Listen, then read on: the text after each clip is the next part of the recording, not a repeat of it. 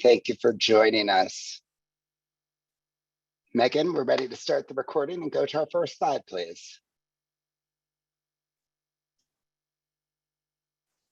All right, our first session today is with Hashir Ahmed and Scott Brooksby. Hashir and Scott, I'll turn it right over to you guys. Great, thank you, and I appreciate everybody joining. It's a shame we can't see your smiling faces, but let's just jump right in here.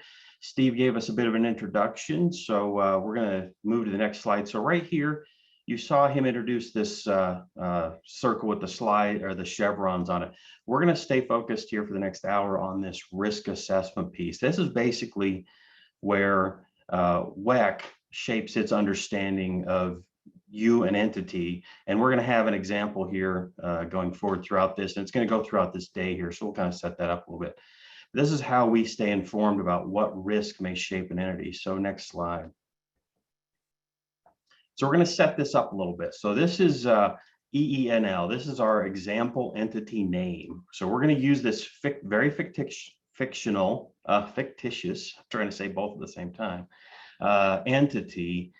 This does not resemble anybody in the Western Interconnect that we're aware of. This is completely made up, but this is going to be illustrative of what an entity may look like and allow WEC to shape risk assessment. So this example entity, they're registered for TO, TOP, GO, GOP, TSP, right? They have high impact BES cyber systems. They've recently swapped out their SCADA vendor for a new one. You can see they've got a significant number of transmission in their portfolio, right? 500 kV all the way down to 230 kV on their transmission lines. They've got a significant amount of generation, right, at 5,500 MVA. They've got a medium amount of load at 1,800 megawatts. They are a flow-through transmission system. They've got quite a few number of interties with other registered entities. And of course, we are aware that they plan to add new generation tie lines in the next 3 years. So that's kind of the setup for this example entity. So next slide.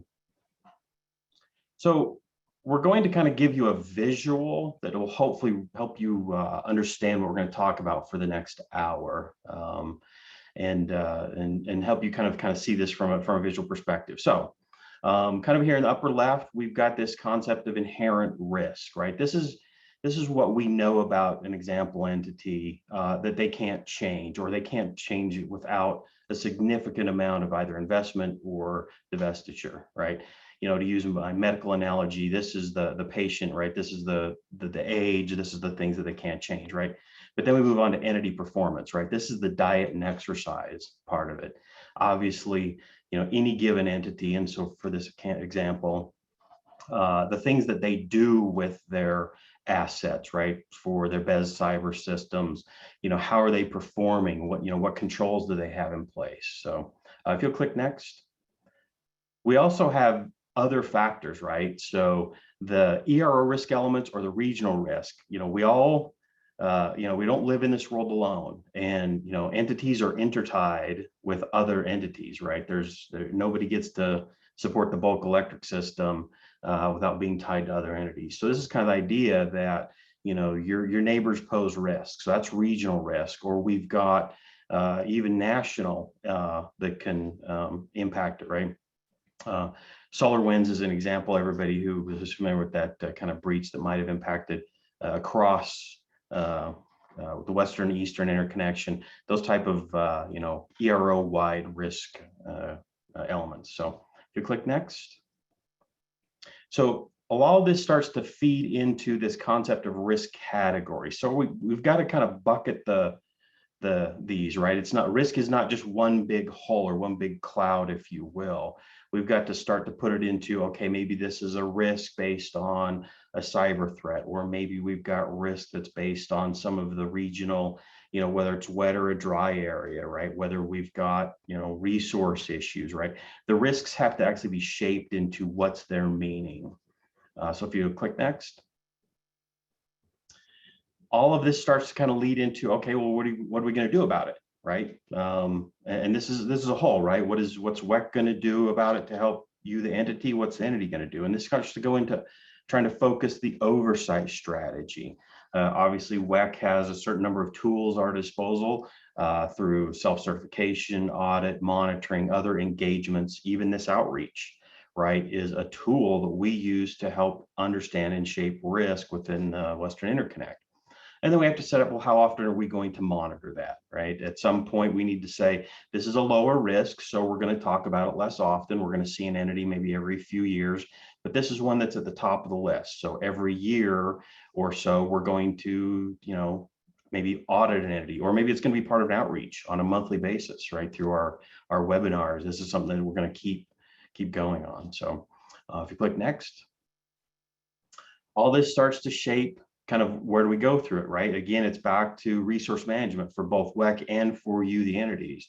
So as we get into annual planning or deciding monitoring scope, right? Again, we got to stay focused. We can't address all risk at once, and it wouldn't make sense to try to do that, right? If everything's equal, then nothing is really special. So we've got to make sure we prioritize that. If you click next. And of course, all of this helps shape this, right? And this can exist outside of your compliance oversight plan. If a regional risk starts to bubble up, just because it's not in your compliance oversight plan doesn't mean we're not going to monitor it, right? Solar winds is an example, right? This regional risk starts to come up, and maybe we need to start putting some more resources into looking at maybe supply chain risk, right, with SIP 13. If your compliance oversight plan hasn't identified that, maybe that COP will have to be updated after the fact, but we need to make sure we address that risk. So this, in a nutshell, is kind of the overall graphic. So we're going to just kind of move on from there. So next slide. So you've probably seen this slide in other presentations over about the last year. The ERO has been working on process enhancements. We've been doing that. You can see on the far left here, we've got enhanced analysis. This is basically to improve this process and making sure we're looking at the right data. Right, moving to the right, we've got targeted oversight, making sure we don't do the old, actively monitored list, that we focus on those risks, and we prioritize the monitoring as we moved in here. Right, then we make sure we map the standards to the risk, and then of course we develop COPs. These graphics are here. They're going to be now throughout the rest of this slide presentation, kind of help you understand where we're at in the conversation. So move to the next slide. Okay, so I've just given you over the last 7-8 minutes the kind of the overview. Now we're going to get into the real meat of what WEC does and what the ERO does, if you will, on assessing risk. So for you to ever really assess risk, you need data, right? So here we have inputs. We've asked questionnaires or surveys in the past. So right now we're going to be doing this at registration more often than we have in the past. Compliance history, right? When PNCs or whatnot, that helps shapes our understanding of where there is risk. Now, as Steve alluded to in the opening, that does not necessarily mean a negative. Compliance history can show, yes, where there's failure, but it also can show where an entity is keeping an eye on things, making sure that we know maybe where mitigation is happening. So compliance history is not necessarily a negative input, right? This actually can be a positive at times when we see that people are self-policing. Monitoring engagements, again, through audit, spot check, outreach, right? The correspondence being part of that as well, right? We're going to engage you maybe through meetings, through other activities where we gather data about you. Event reports, tools, right? As you submit data into these tools, WEC can use this to help shape our understanding. Internal controls, we know not everybody's involved in sharing that with WEC, but at times when we get that information about how your internal controls are shaping up, we use that. And of course, regional industry data, right? Again, things are happening out in the world that help us to understand, where the risk is. So next slide. We always have to start somewhere, and that is the inherent risk. And like I said earlier, that's the big stuff that an entity cannot change, right? So it is, what you own and what you operate, right? And we use this, like it says here, as a baseline. This is the starting point in the marathon. So this is those big items. So if we can move on, we're going to tie this back to our, thank you. We're going to tie this back. Oh, we got some risk factors here. No, go to the next slide. Sorry, I got a little ahead of myself. So the ERO has defined 18 risk factors that we use. This is part of that guide. There was a link to it on the slide just before that we look at. So I'm not going to read through these. You can see these, but some of the big ones, obviously, like SIP. I'm a cybersecurity professional, so I look at if an entity has categorized high impact best cyber systems, then obviously I know now that that's kind of the starting point with their cyber assets, their transmission portfolio, their volt or their total generation, whether they have BA coordination. Some of these are some of the big items that help us start to shape, what an entity looks like. And you see there's a little asterisk here by some of these. WEC has some specific, I guess, nuances to these. So next slide. So as we set up, we talked about this example entity. So we kind of gave you some factors at the beginning of this. Pretend that this example entity has, filled out the information, WEC has it at their disposal, and we're now assessing risk. So for this particular entity, they have high impact BES cyber systems. As we alluded to earlier, they have 20 other entities they connect to. Some of those have ICCP connectivity to them, and that was designated as high. They've got a load portfolio of about 1,800 megawatts, and that's been assessed as medium impact. The transmission portfolio, if you recall, they had many miles of 500 kV down to 230 kV of transmission lines. So of course that ends up being just a high inherent impact. Planned facilities, they're building new generation, if you noted on the slide before. So that is assessed as maybe a medium impact. And their total generation capacity was 5,500 MVA. So again, that puts them up into the high. So you can see this is shaping up to be a fairly important entity. So let's move on. All right. So like I said, this is the diet and exercise. So example entity, it's not just about the portfolio that they own and own, it is now into what they manage. So we have to look at how is example entity doing with the assets that they've got. So this is kind of a qualitative about the facts and circumstances of what we know. So if you'll go to the next slide. So this is across the ERO, we have worked with the other regions to define at least a minimum set of performance considerations. So for example, we've got these affiliates. This is one where, again, no entity is no man is an island, no entity is an island, right? You have to have relationships with your neighbors. So we want to make sure we understand where there's operating agreements, who owns the compliance for assets, right? Third parties even are affiliates if they're affecting this. Again, the compliance history, and you're going to start to see there's some repeats from the earlier input slide. So inputs can be used for both inherent risk and they can be used for this performance risk. So compliance history, like I said, just because you have compliance does not in and of itself denote a negative, and the lack of compliance does not denote a positive. And an example entity that has no violations found in their history may raise an awareness that is that truly because they have never had one or because they haven't found anything. The culture of compliance. Now this one's a little vague, right? This is more of the is the entity taking things seriously, right? Do they have a tone at the top for making sure that they want to address risk? And you should think of this as culture of risk as well. Right? What is their risk appetite? Have they assessed their threat landscape? Do they know what they're doing? Do they have the right personnel in the right place? Right? So there's system events, misops, right? These are, again, events or facts that happen. You've got GADs and TADs on here, right? And then internal controls. And there's going to be more conversation later this afternoon about internal controls.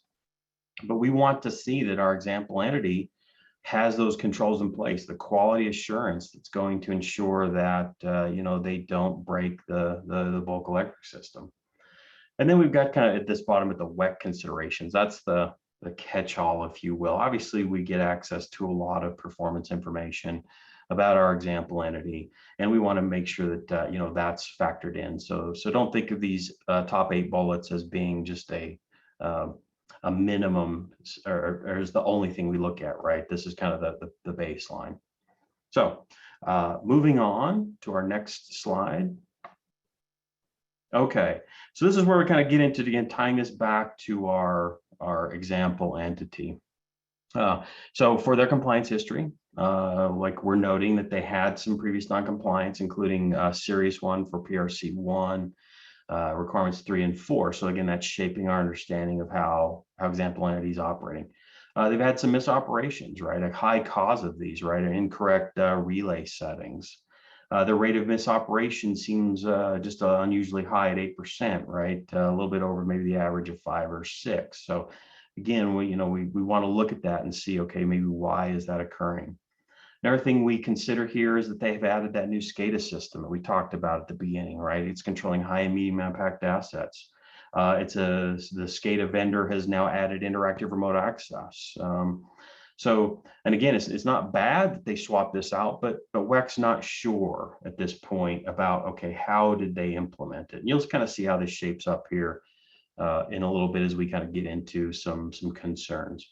And of course, they have plans to add new generation interconnection tie lines in the next 3 years. So we want to take a look at that.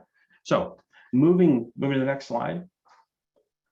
As we kind of have looked at the data for our example entity, this then leads WEC to start to say, okay, where is the concern lie for this entity operating the bulk electric system? So here's some bullets. I know this is a lot to read here, but this is kind of gives you an idea of how we start to shape our thinking. So like for this top one, failure to coordinate with vendor supplier for vulnerabilities in products or services. And the second one, vendor supplier creates notification alert bulletin, but entity fails to monitor. This is that kind of that idea that, okay, they've implemented a new SCADA system. Have they fully vetted that, if you will, right? Did they work with the vendor? Did they let the vendor kind of maybe just run the show and they didn't maybe keep an eye on it? Maybe the vendor did give a notification system, but they got in a hurry and didn't think to maybe plug in their baseline management to it or their vulnerability alert system. If you've got a separate vulnerability alert team, does that alert team know that you just implemented this system and they got plugged into the SCADA vendor? Again, it's a concern at this point. It's not that we're saying ENL has failed. It's just a concern that we want to make sure we monitor. That third bullet, interactive remote access, weak or missing controls, right? They've now allowed this vendor to come in and be able to do remote access to the SCADA system for support. Well, did they implement that to standard? Did they do it based on what the vendor insisted? That kind of thing. Again, I'm not going to kind of read all of these. You're going to see how this shapes up here a little bit more later, but you kind of get the thinking of what we would be looking at for this example entity, right? That we're trying to shape our understanding and where the risks may lie. So with that, I'm going to turn it over to Hashir for a moment, and then we'll continue. Thank you, Scott. Could you go to the next slide, please? Great. So Scott just talked to us about some of the SIP operational concerns. Now we are going to get into the ONP operational concerns. So we know a few things about our example entity. We know they have a high number of interconnection ties. We know they have a flow-through transmission system. We know they're planning to build new gen tie lines in the next few years. And we also know they have had previous PRC1 issues. So with that, some of the concerns could be that has ENL, our example entity, established a process for developing new and revised protection system settings? Does their process have a review and update of short circuit data? And if so, WEC is trying to look at things like, do they know what data exactly needs to be reviewed? What action needs to be taken when there's inaccuracies? Roles and responsibilities of personnel who will review this data. Again, do they have a process to develop protection system settings? Do they have a template that they use to ensure consistency in development of these settings? Do they have a criteria defined to review the settings? And in case of a misoperation, and if there's a revision of the revised settings, then do they have a process to review that? Next slide, please.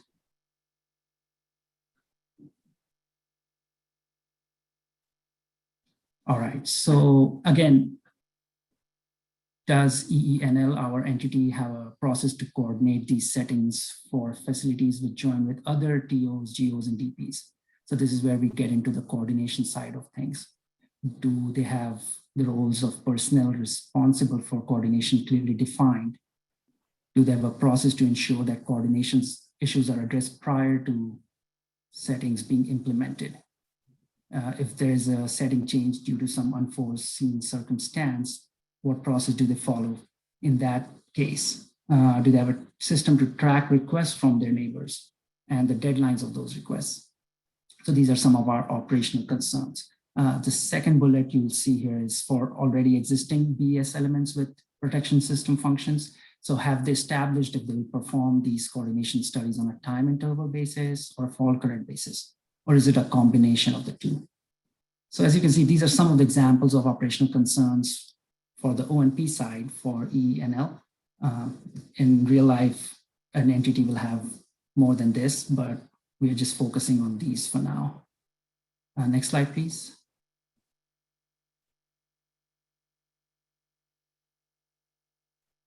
So that brings us to our risk categories, and Scott showed us the risk category bucket in the main graphic earlier, but this is where we have gone through our inherent risk, we've gone through our performance considerations, and we have just gone through our operational concerns. So this is where all of it comes together in different sections called risk categories. And risk categories are basically sections in the COP that indicate the unmitigated and operational risks identified, which are based on entities' inherent risks and performance related to the operational concerns and inherent risk. They're used to understand, monitor, and mitigate known and future risks. And on the COPs, the risk categories are ranked in descending order of priority. Next slide, please.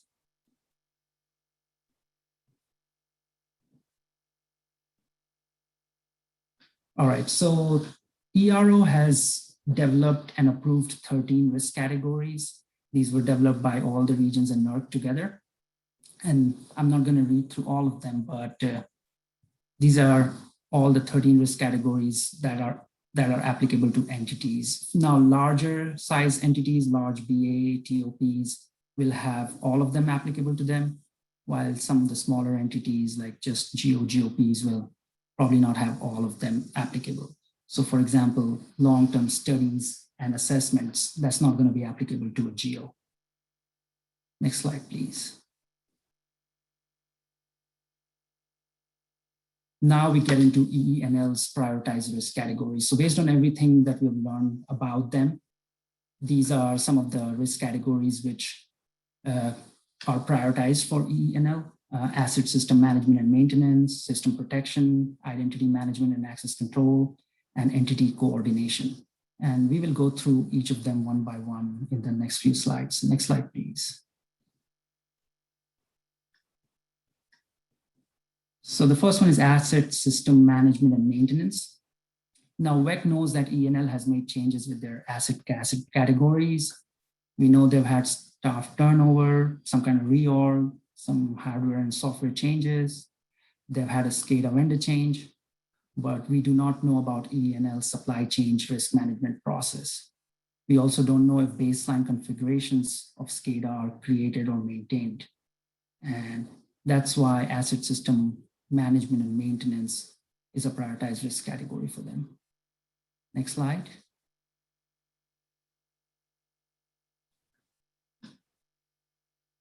So this is for system protection. We just talked about the operational concerns associated with ENL's protection system coordination and protection system settings. So system protection is a prioritized risk category. Because of that, we want to know if they've established a process for new and revised protection system settings. We just talked about it, so I'm not going to repeat this, but system protection is a prioritized risk category. Next slide.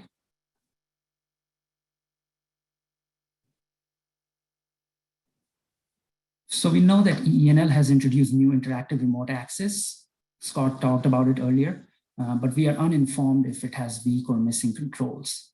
And that's why identity management and access control is a prioritized risk category. Next slide, please. And this is the final prioritized risk category for E&L, which is entity coordination. Here you'll see aspects of both SIP and OMP. So does E&L have a risk of failing to coordinate with vendor supplier for vulnerabilities in products and services? Is there a risk of failing to respond to notifications created by vendors? Has a process been established to coordinate new or revised protection system settings with other TOGO and TPs for facilities which electrically join with the neighbors? Next slide. So we just went through our 4 prioritized risk categories, and that brings us to our monitoring or oversight strategy. COPS include an oversight strategy for every entity.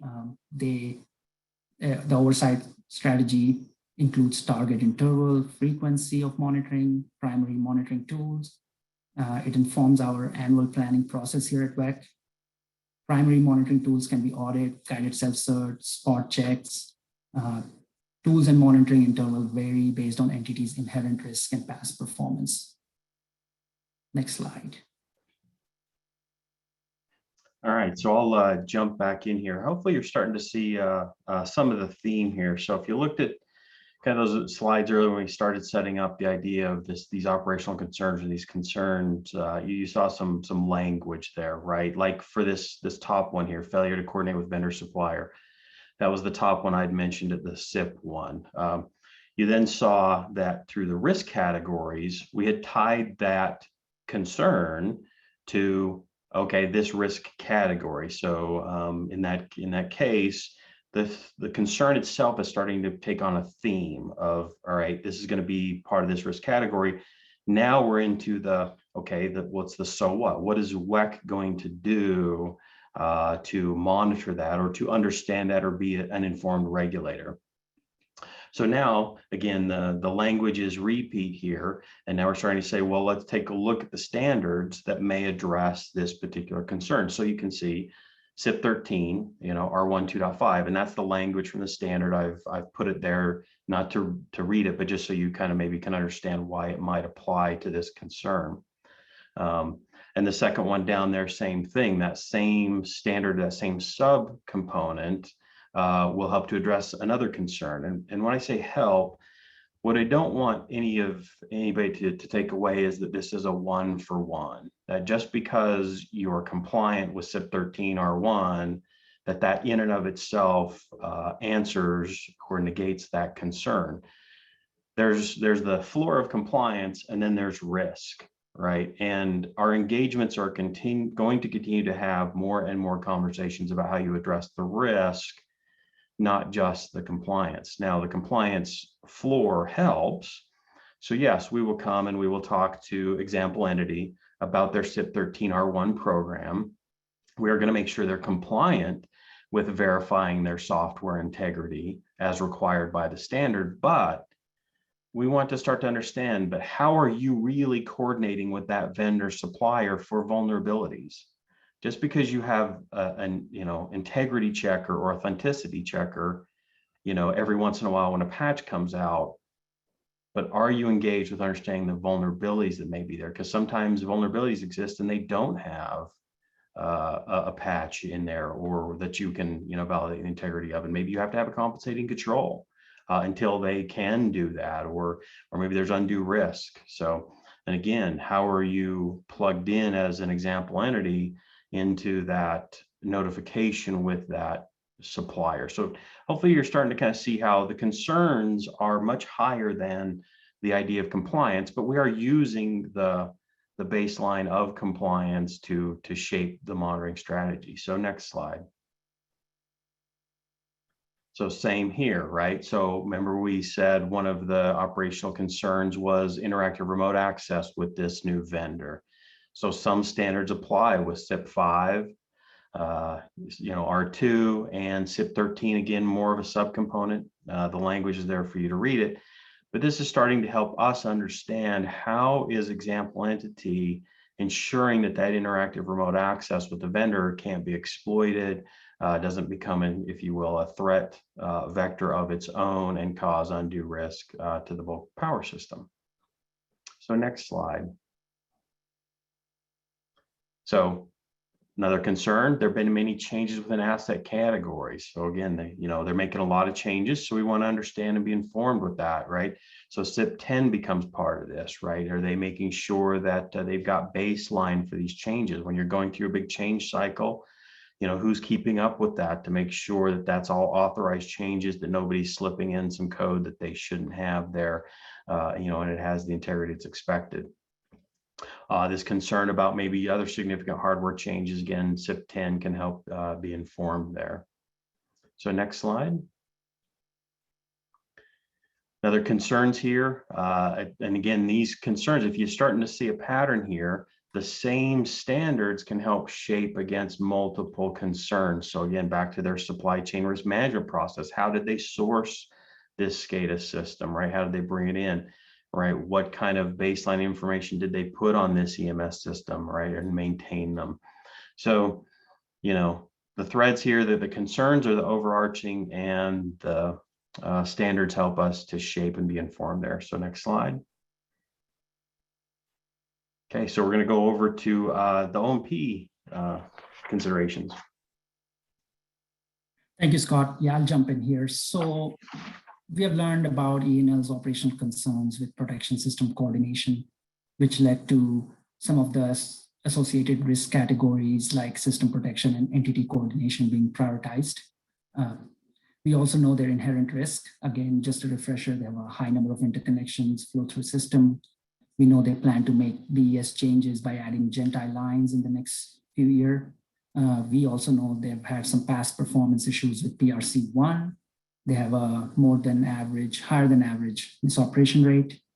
And based on all of this information, PRC27, R1 and R2 would be recommended for their monitoring. It is also a newly effective standard. It actually becomes effective next week on April 1st. So that would be the prioritized monitoring strategy for ONP. Again, we are not just looking at compliance, we're looking beyond that. How good are their processes and what kind of controls they have in place to make sure that they continue to be mitigating the risk. Next slide, please. And that brings us to our demonstrated positive performance term.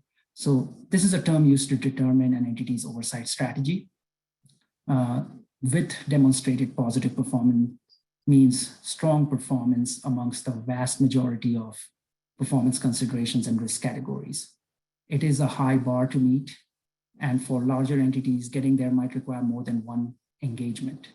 However, I want to say that it is not unachievable, and WEC will partner with the entities to get there.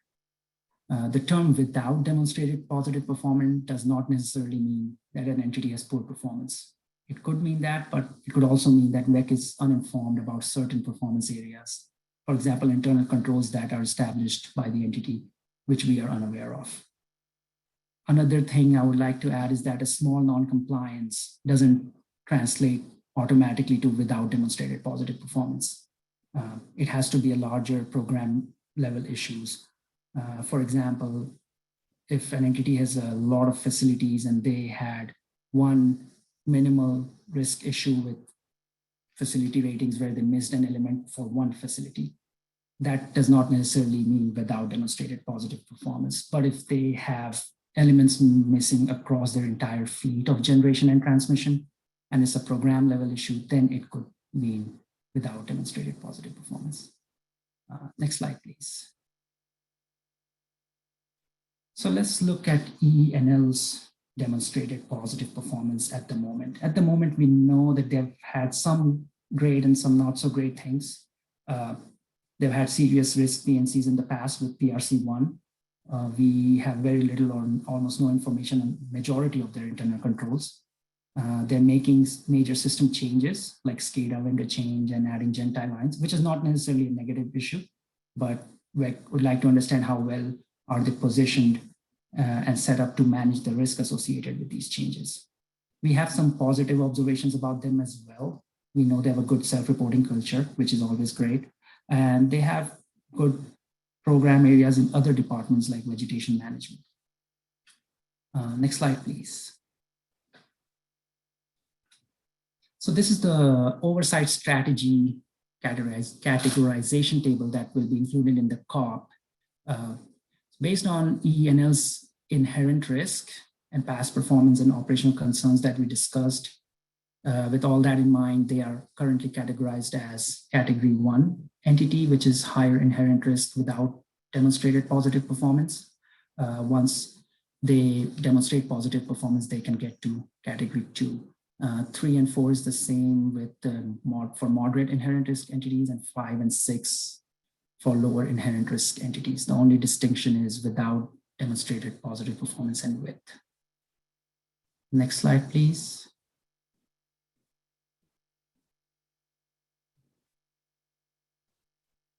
So what happens after monitoring? And now we'll talk more about this in our afternoon session at 3 p.m. Mountain Time, but I just wanted to set this up.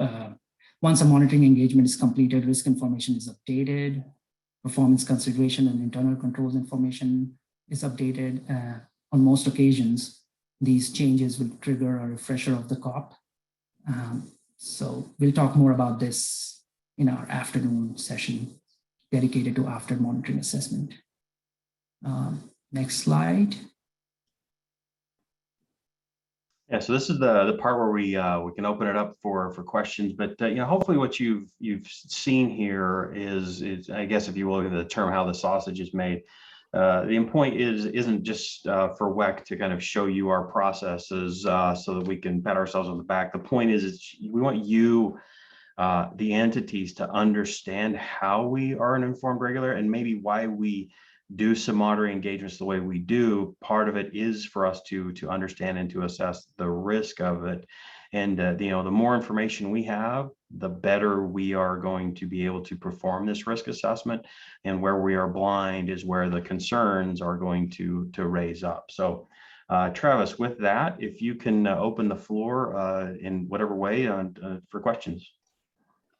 That's great. Thanks, Scott and Hashir. First question. Would WEC consider the example entity a large or small sized entity? I think they're going to be a large entity. Great. Sure, would you agree? Yeah, based on their inherent characteristics, we will consider them a large entity. Yep. Okay. How do you determine / set the baseline and average performance standards? So yeah, baseline or averaging, we generally do it obviously with the data set we've got. Like I think one of the slides we mentioned a large number of MISOPs or something like that. Obviously, we just look at you know, how many typical entities we'll have there, and then we'll look at you know, for our example entity, you know, are they performing kind of above or below the data that we have on other entities. In some cases, the baseline, you know, may be something that we just have to take I guess, a professional judgment, if you will, right? So, you know, in the SIP world, obviously, there's no average number of BES cyber assets that an entity has. So we look at, you know, our largest entities and do kind of somewhat of a as best we can apples to apples on seeing, okay, who, you know, if they're in the same kind of area, do they have the same number of assets? And how are they performing against each other? So great, thank you. Megan, if we can go to slide 12, we've got a question about that comes directly from slide 12. Great. And it looks like we're here. On slide 12, one of the ERO considerations is culture of compliance. Could you explain more as to what WEC evaluates for this criteria? How is it different than compliance history? Yes, so compliance history leads to this, right? And by the way, Hosh, you're jumping in at any point, right? So a lot of this actually shapes your culture of compliance too, right? Even your, you know, how are you doing internal controls, MISOPs? So these are somewhat, I guess, overlapping. But culture of compliance, you're right. It is the softer side of this. This is the professional judgment piece where, you know, if we can see that your compliance organization is well engaged, if the senior management is supportive of the compliance organization, or if they've been set aside or marginalized, is there a tone at the top from management that doesn't, I guess, if you will, respect the compliance standards or what goes on there, or if there's some overarching, you know, concern that there's not being performance placed here. Self-reporting and timely, right? We look at, if an entity only self-reports when WEC says we're going to monitor you, if all of a sudden, we put in a monitoring strategy that SIP2 is going to be in scope and we get a flood of SIP2 self-reports because, hey, you decided to look, that factors into it, right? But if they're reporting all along and keeping an eye on things on our behalf, if you will, then that affects or shapes our understanding of it. And we generally try to have a conversation with you earlier. We put it in the COP and do our COP outreach. We try to make sure we discuss that with you. So, Asher, anything you want to add to culture of compliance? Yeah, we also look at things like mitigation plans. Are they being completed timely? Or is the entity doing their mitigation plans, milestones on time? Are they posting a lot of extensions, those kind of things? Do they also have an internal compliance program, an official internal compliance program? Sure. Those kind of things. Yep. So in addition to that, someone's saying, is the culture of compliance a verification of the elements of the entity's internal compliance program? So not necessarily, right? Obviously, we want to make sure you have an internal compliance program, as required. But it's going to be above and beyond that as well. But yeah, you consider that certainly, I think, a baseline to be fair enough. Yep. Great, thank you both. All right, next question. Scott, you spoke of risk assessment. Why won't WEC and NERC help entities manage cyber risk, saving everyone a ton of money and resources by vetting vendors? Oh boy, that's a good question. I don't know if I have an answer on that one. I'd say that's one of those we probably have to take back, but I've seen other industries do it. But I think that one's above my pay grade. So I'm gonna have to punt that one. There you go. All right, thanks, Scott. Do entities know whether WEC categorizes their inherent risk as high, medium, or low? So yeah, we do use the high, medium, and low categorization for inherent risk statements. So you saw kind of early on, like with the example entity list or example entity, we had made that categorization, right? It's fairly simple to do on the SIP side. I have the luxury of, when you as an entity already categorize your BES cyber systems, high, medium, or low as required by SIP2, that is a plus, right? Obviously ICCP is one that has a little bit more nuance to it, but yes, that's the categorization we use. And then of course we've got on the OMP side a number of risk factors that all have high, medium, and low categorizations. These are all in the compliance oversight plan as well, so the entities are aware. Yep. Great. Is there a process for an entity to contest or challenge a risk assessment factor? Oh, certainly. So when we send over the compliance oversight plan for your review, give us feedback. I mean, obviously, we're looking for material, issues with that. So if you believe that we have misjudged, if you will, let's do that in the COP review process. That's why we send the draft for your review beforehand, and then you can give us the facts.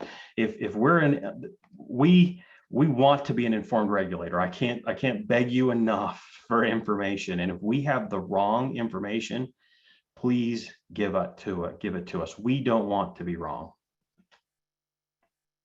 Great, thank you. Next question. This goes back to that culture of compliance. Sure. Does an entity's cooperation or interaction during monitoring and enforcing engagements factor into that culture of compliance? It sure does, right? If you're mean to our audit team, but no, it really does, right? Our audit team gets a lot of information. It's amazing how when the audit team lead is engaging with your staff and the response they're getting. And again, they're not just trying to base this on personalities. Let's be clear. This isn't just, hey, we like Jim, Bob, or Alice. So it really is more of, okay, is Jim, Bob, or Alice, are they doing this because they're their management is forcing this issue? Is this because they're butting up against, people refuse to do documentation, right? Where is this coming from? And our audit team, they've been around the block. They definitely know what's going on, and they can see what's happening culturally inside of an entity. And those engagements are very informative, and they try to bring back facts, not feelings, as to what supports their judgment. Also our enforcement team and risk assessment team. So That's all kinds of interactions. Yep, your other engagements, right? So when you're working with enforcement through those contacts, and working through mitigations, again, they can kind of see, how is your entity, reacting to this. And the point, again, like the question earlier, what if we have pushback? Pushback is not a negative. Matter of fact, at times we can see, oh, look, you want us to be an informed regulator. You've got a culture that wants to to get this right. That's culture of compliance, getting it right. So certainly don't think that this, even though it's professional judgment, it's, we try to make sure it's informed and does not have bias. Great, thank you. To Mr. Whitehead, I see you placed a question in the chat. If you can maybe give a little bit more context around that question. I'm not sure exactly what that means, so we'll wait to answer that question. Let's go to, we've got a sidebar question here. Can you go into the details, the risk factors that make up the ICCP connectivity area of the IRA? Is it only ICCP connectivity as the name implies? So today, that is correct. So we basically ask a question, do you have ICCP connectivity to, with other entities? So if you are a low impact entity, but you have ICCP to another entity, that bumps you up to the medium impact. And if you're medium impact and you have them, it bumps you up to the high for that risk factor. So yes, as it's written today, that's kind of the way it's applied. Yep. I also believe that go ahead. ERO is working to improve that risk factor, and Scott can correct me if I'm wrong. Yeah, there's risk factors are being looked at. So yeah. Perfect. Thank you both. All right, next question. Will the draft COP be based on previously supplied entity IRA information, which could be a few years old, requiring it to be updated in the draft? Thank you. Yeah, no, that's a great question. That's something we always struggle with, is the age of our data. And certainly in the cybersecurity world, everyone knows that 3 years is a lifetime. So you're right, we are dealing with a lot of older data in some cases. That's why maybe our monitoring engagement may be based on that. We maybe knew that you had legacy systems 3 years ago, and now we're going to come back and we're going to decide to maybe put you in some monitoring oversight, in the next year or two, maybe based on that. But you may have replaced them. But that's why we're doing the monitoring, right? We're going to put this out there and ask you to, kind of either self-certify or give us the information. We're trying to get away from, for those who felt the pain of the survey that was kind of repeat, and you're always telling us the same thing over and over. If we've got the information about your transmission portfolio, your generation portfolio, and it hasn't changed, we don't need to resurvey you and waste your time. So, but we are somewhat relying on that older data. We may look at in the future getting into where we can give you some sort of maybe an annual opportunity to tell us that you've made a change, but there's maybe more to come there. But that's a struggle. Age of data is always going to be a problem for WEC. And when we send you our draft COPs, I request that you guys read it thoroughly, and if there's anything which is inaccurate, please correct us. Correct our misunderstanding. Yep. Great. Okay, next question here. I thought the EROs were limited to auditing to the standards. Should I understand there's a basis to apply an auditor's opinion on controls or other things? So this is where we're starting to get into the risk-based approach, right? So you're right, we audit to the standards, and that is the minimum. But NERC and the ERO are going with this risk-based approach, and we are getting into, and then internal controls, is the above and beyond. That's the, matter of fact, if you'll back up a slide or two here to the graph, again to the, well, right here. So this oversight strategy, this is where we're getting into this, demonstrated positive performance, right? The baseline is compliance. And if an entity wants to just, maintain it and say, look, we're compliant, great, then you will remain in the without demonstrated positive performance section. If you're a moderate risk entity, you'll be in 3. If you're low, you'll be 5, and if you're high, you'll be 1. But if you have the desire to move to 2, 4, or 6, and we desire you to, this is where we're going to have to engage in those risk-based discussions where it's above and beyond compliance. It's now, what controls do you have? What quality assurance programs do you have? Right, that make sure that you're not going to fail, because you could be compliant by accident. You could be compliant because you're always running right at the threshold.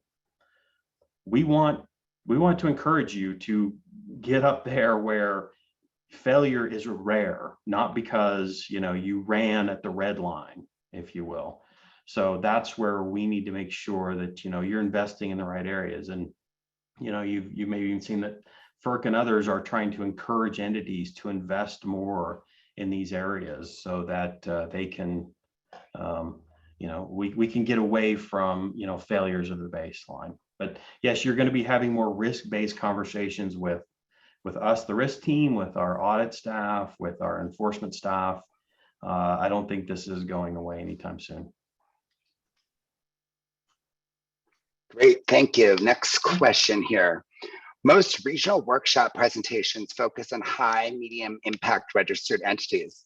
Yes. This I think leaves low impact entities wondering, how does this assist me? Can there be additional slides in the future that can provide focused direction for them?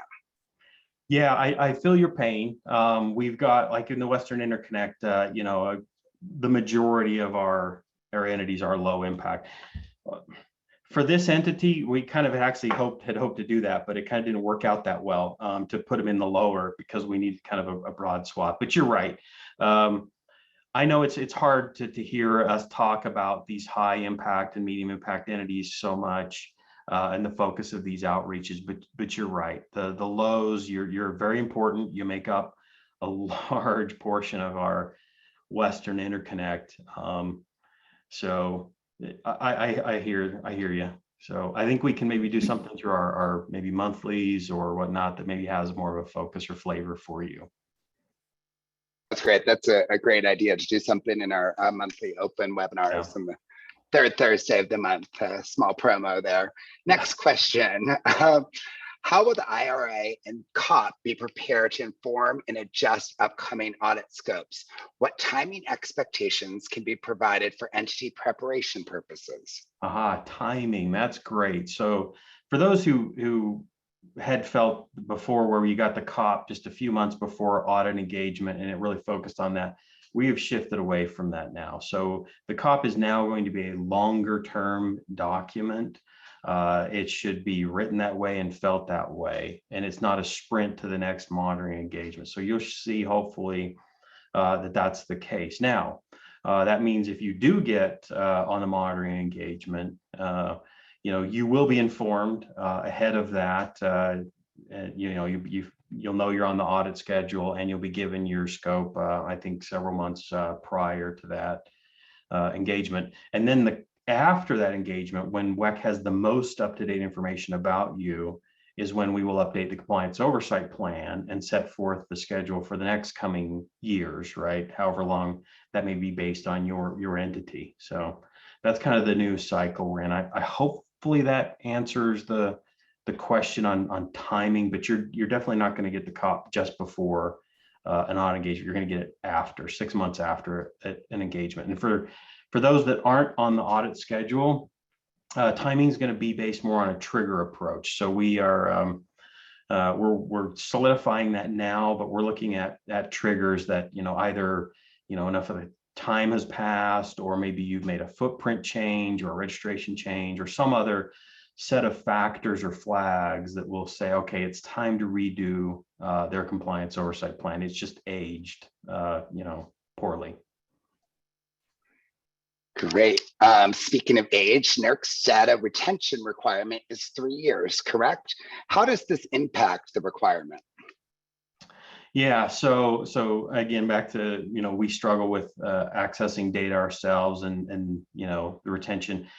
Obviously, when we engage with you, we want the most up-to-date information so we can assess risk as it's stated. We're gonna have to figure out, going forward, how do we exchange information, better. We're using the evidence request tool to exchange data with you. We're gonna be moving to the evidence locker, things like that. But as far as retention goes, I mean, you're still under the same obligation to retain for 3 years. None of this should affect that. And then WEC will request the information we need to assess risk as we go. Hopefully that answers your question. And did we get Mr. Whitehead's question answered? Oh, I think Travis locked up on us.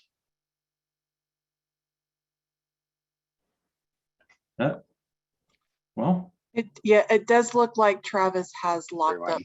Next question is for you. Does WEC consider publicly available information that is not collected from entities through CMEP activities? Sorry, who was that question for? Oh, for both you and Hashir. Okay, what was the question again? Does WEC consider publicly available information that is not collected from entities through CMEP activities? So we do look at publicly available information. Obviously, I'm going to look at your website, see what you put out there. But as far as publicly goes, that's going to shape more of the ERO or the regional risk.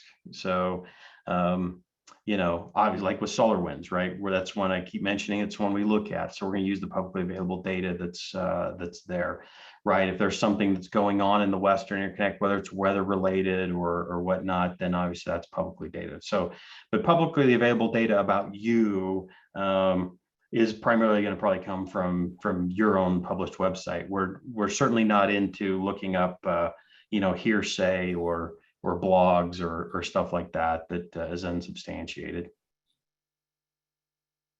Great, Scott and Hashir, thank you so much for your time this afternoon. Both of their contact information is up on the screen.